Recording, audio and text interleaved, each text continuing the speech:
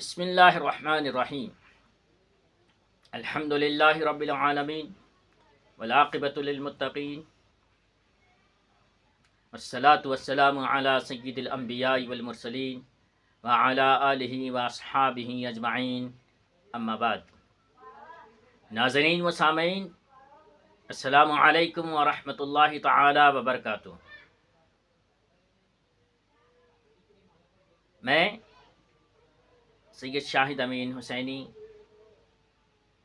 شہزادہ خواجہ خواجگاں خواجہ امین الدین اعلیٰ مشرق ربانی، آپ لوگوں کی خدمت میں خانقاہ خواجہ امین الدین اعلیٰ سے خواجہ امین میڈیا پر ملفوظات و تعلیمات سلطان المشائخ نظام الدین اولیاء محبوب الہی فوائد الفواد کے ساتھ آپ لوگوں کی خدمت میں حاضر ہوں۔ آج ہم تیسری جلد سے دوسری مجلس پڑھنے کی سعادت حاصل کریں گے۔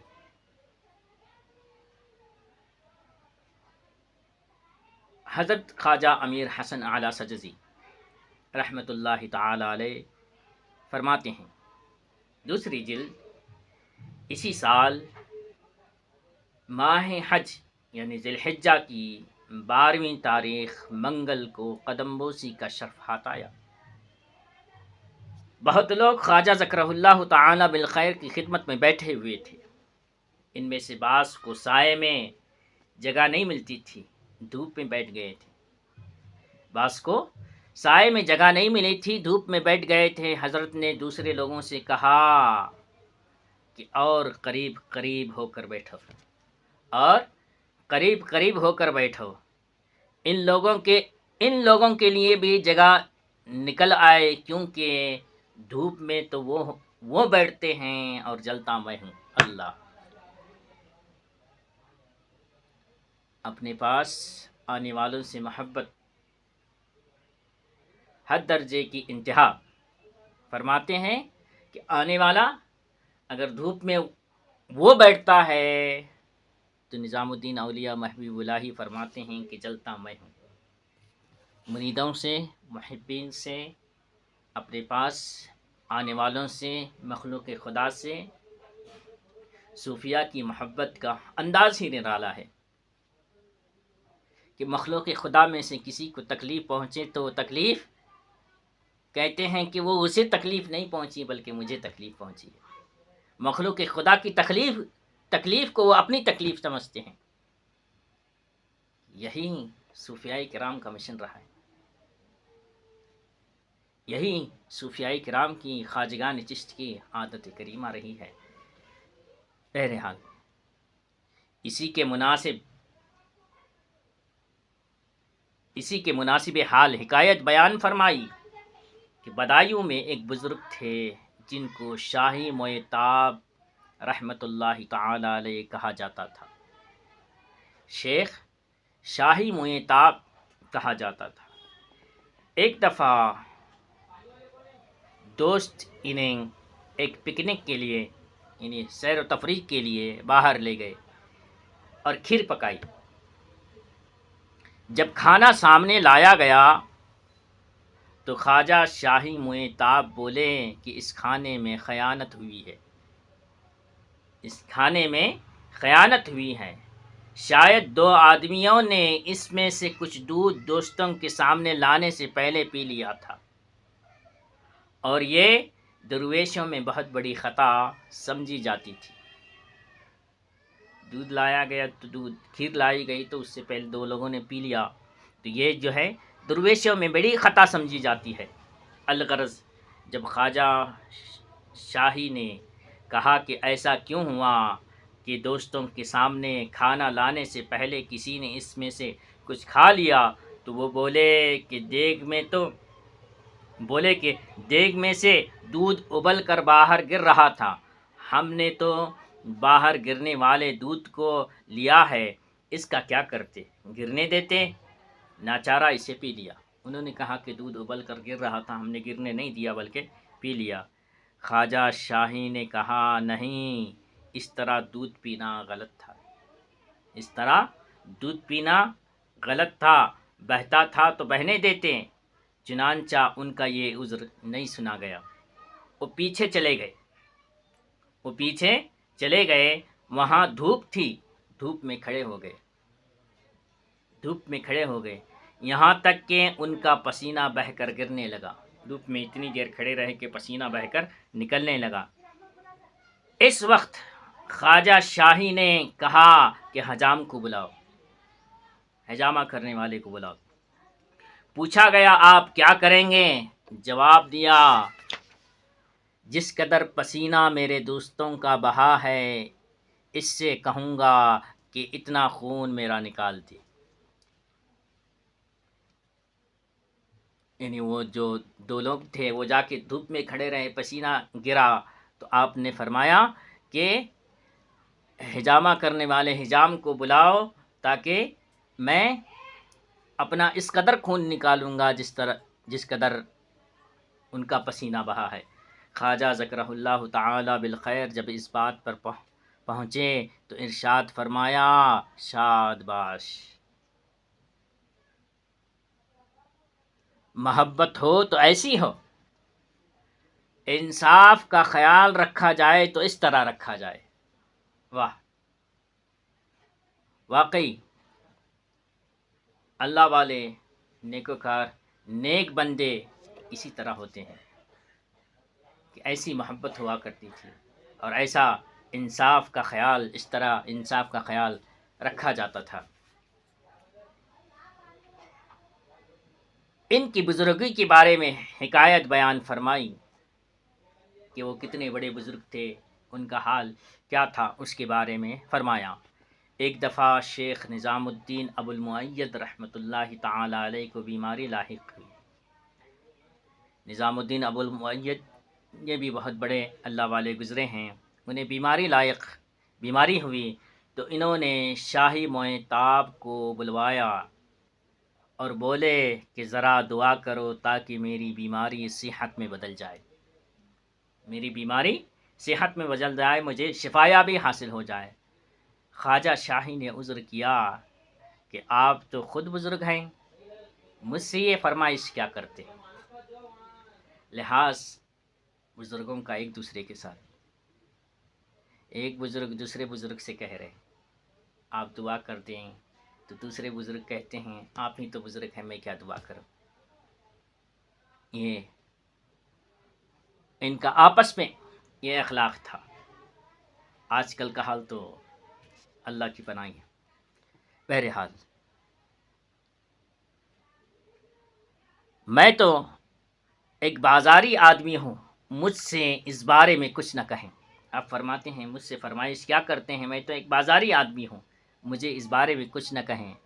شیخ نظام الدین نے ان کی ایک نہ سنی اور کہا کہ تم دعا کرو، توجہ کرو تاکہ مجھے صحت ہو جائے۔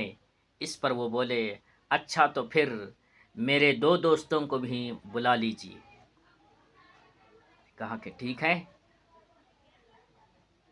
نظام الدین ابو المؤید نے ان کی ایک نہ سنی بلکہ کہا کہ آپ میرے لیے صحت کے لیے دعا کر لیں۔ ان میں سے ایک کا لقب شرف تھا جو بڑا صالح مرد تھا، دوسرا ایک درزی تھا۔ انہوں نے دو دوستوں کو اپنے ساتھ لیا، ایک کا نام شرف لقب والا تھا اور دوسرا جو ہے درزی تھا۔ الغرض دونوں بلائے گئے۔ خواجہ شاہی نے ان سے کہا کہ شیخ نظام الدین نے مجھے اس کام کا حکم دیا ہے، اب تم میرا ساتھ دو۔ شیخ کے سر سے سینے تک میرے ذمے ہیں، سر سے سینے تک میرے ذمے ہیں، اور نیچے کے اعضاء سینے سے ایک پاؤں تک ایک کے ذمے اور دوسرے پیر تک دوسرے کے ذمے۔ چنانچہ ان تینوں نے توجہ دینی شروع کی، دعا کرنی شروع کی۔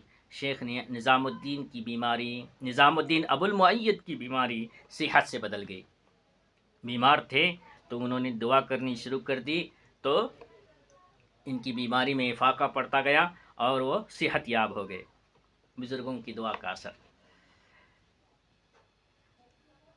ان بزرگ کی کرامت کا یہ قصہ بھی سنایا کہ وہ اکثر کہا کرتے تھے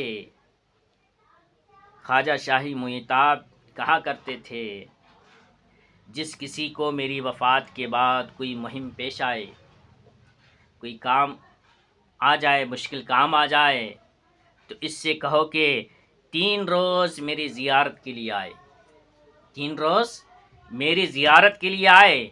اگر 3 دن گزر جائیں اور وہ کام نہ ہوں تو 4 روز آئے، اور اگر 4 روز گزرنے کے بعد بھی اس کی ضرورت پوری نہ ہو، 5ویں روز آئے اور میری قبر کی اینٹ سے اینٹ بجا دے۔